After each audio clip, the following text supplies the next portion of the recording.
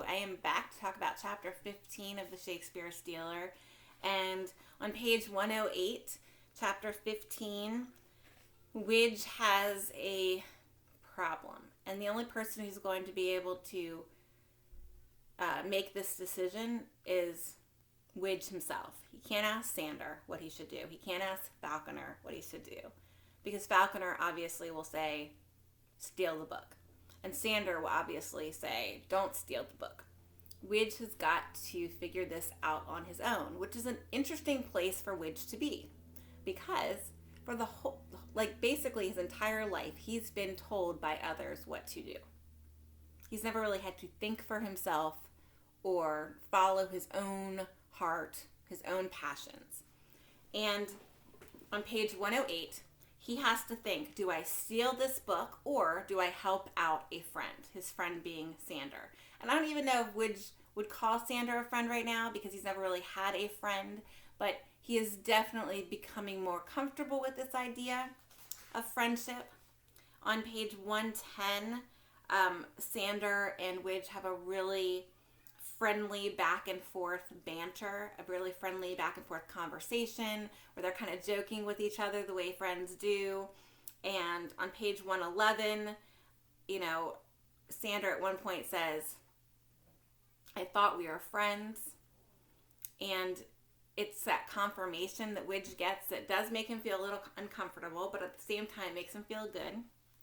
And then finally, on page 111, the very bottom of page 111 into 112, Sander and Widge and Nick have a conflict. Or I guess I should say that Nick confronts Sander. And Widge does something that he's never done before. He stands up to Nick and he protects Sander. All right? And you need to read this closely and see what a big deal this is for Widge and just how surprised he is of himself for his actions. Then finally on page 112 at the very bottom, Mr. Armin gives Sander and Widge a compliment, a form of praise. And at the very bottom, Widge is thinking to himself, though it was a small enough praise, it took me off guard. I was unaccustomed to praise, as I was to having a friend, or being one. And the pleasant feeling it gave me was unaccustomed to, and gave me a small hint of what the players must experience when the audience applauded their efforts. So he's thinking, okay, this is a weird feeling, but I like it.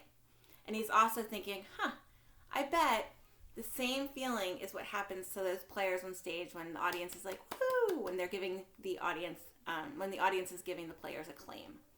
So, lots of big changes that Widge is undergoing. Make note of these changes. Pay attention to these changes. And also, I forgot to say this. Think about how different it is for Widge to be in a caring environment versus the uncaring environment that he was in prior to being a part of the Globe. All right? So take your quiz only after you read these 2 chapters, and then remember to use your book when you take the quiz. All right? Let me know if you have any questions in an email. All right? Bye.